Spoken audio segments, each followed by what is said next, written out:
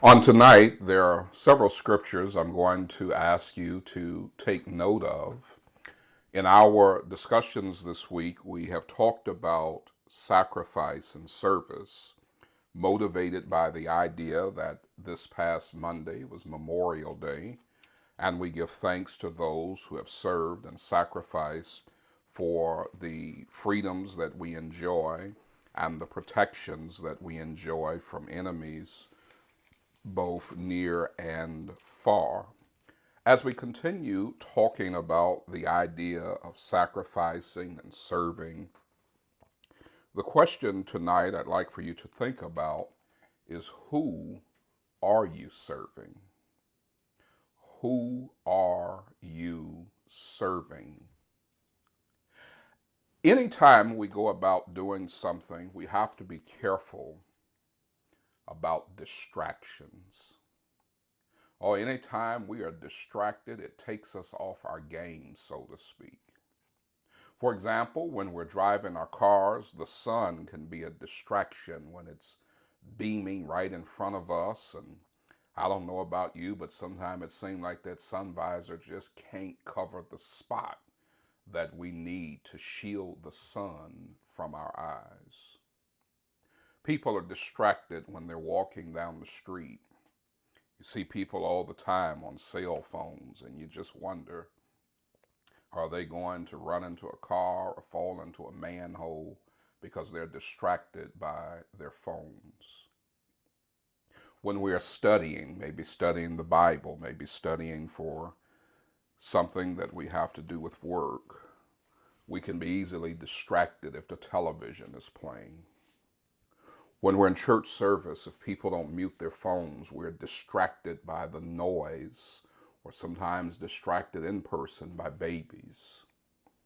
When we're in libraries and we're trying to read, we can be easily distracted by noise in the libraries, and that's why they always talk about being quiet, because those things are distractions.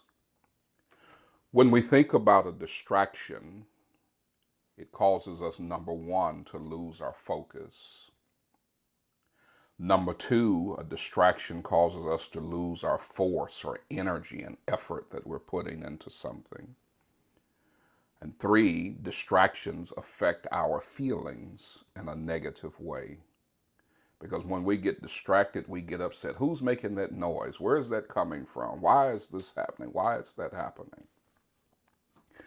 In thinking about our service, our sacrifice, the honorable things that we do, if we don't know who we are serving, that can serve as a distraction. Because our tendency is to look at people, and we get distracted because we're looking at people. We don't always want to serve, we don't always want to sacrifice, because people are not always grateful. We don't always want to serve or sacrifice because people are not always worthy of the honor of our service. We can be distracted because people bring with them negative attitudes and contrary spirits. It can be discouraging and disheartening to serve when people have no thoughts of expressing appreciation or any thoughts toward reciprocating. As we think about the focus on people, we lose our zeal and motivation to serve because we are distracted by negative people, negative spirits, negative attitudes. But when we serve, we have to recognize that our service is not to people per se. Our service is always to God. And we cannot allow people and their lack of gratitude, their unwillingness to reciprocate, their negative attitudes, contrary spirits, or any other thing to keep us from doing what is right. It has often been said, and I've often heard this, and you have no doubt heard people say, I will not serve again in this church or do this again because no one appreciated me or they had an attitude about what I did. Who are you serving? Are you serving for people to applaud you? Are you serving for people to appreciate you? Are you serving for people to recognize you? Or are you serving because you understand that ultimately it's your service to God? Make note of some scriptures and notice some things about serving. For example, in Matthew chapter 25, verses 35 through 40, familiar verses.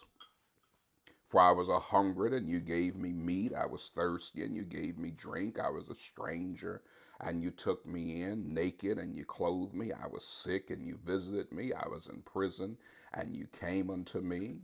Then shall the righteous answer him, saying, Lord, when saw we thee a hungered, and fed thee, or thirsty, and gave thee drink? When saw we a stranger, and took thee in, or naked, and clothed you? Or when saw we thee sick or in prison and came unto them and unto thee? And the king shall answer and say unto them, Verily I say unto you, inasmuch as you have done it unto the one of the least of these my brethren, you have done it unto me. That question I ask you to consider is, who are you serving? Jesus says, never mind people who are not grateful, never mind their unworthiness, never mind their negative attitudes or contrary spirits. Give no thought to their unwillingness to reciprocate. When you serve, you are actually serving Jesus. So don't be distracted by people.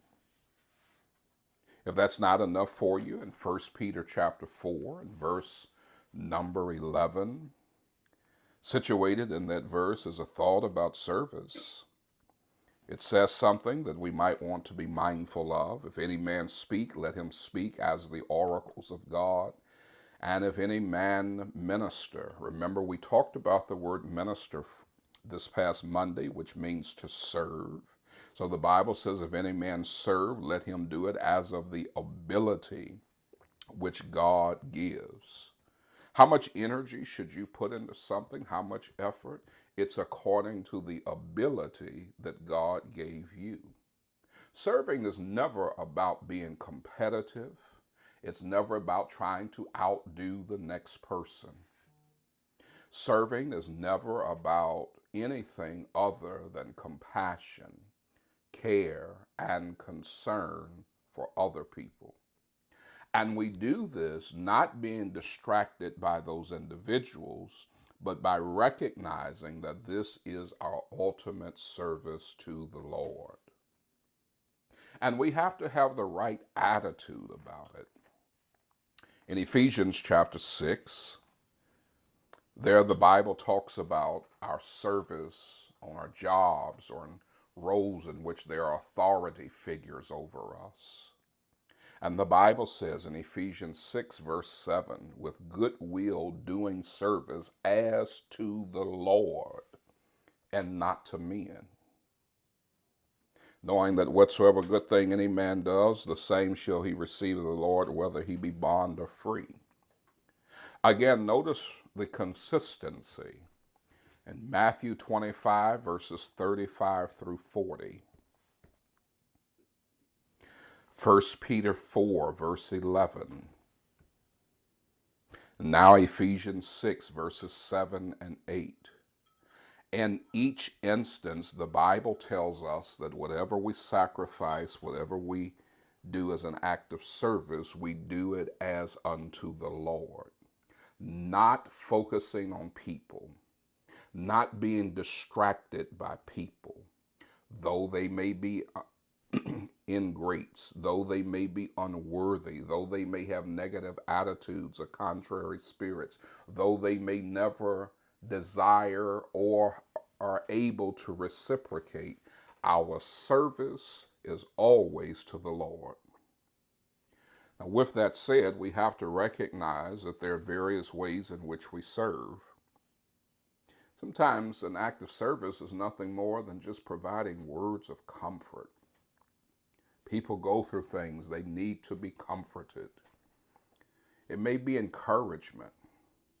How many people would benefit from someone giving them a positive word, a word of motivation, a word of meaning? There's always something negative to be heard, but how many positive, encouraging, reinforcing thoughts do people hear? Sometimes our act of service can be to meet a need. By demonstrating our care and concern, it may be helping a sick person with cleaning or chores around their house. It may be visiting a senior or a person who is shut in. It may be running errands or taking someone who is not able to do it on their own to run errands. It may be providing money for someone who's in need.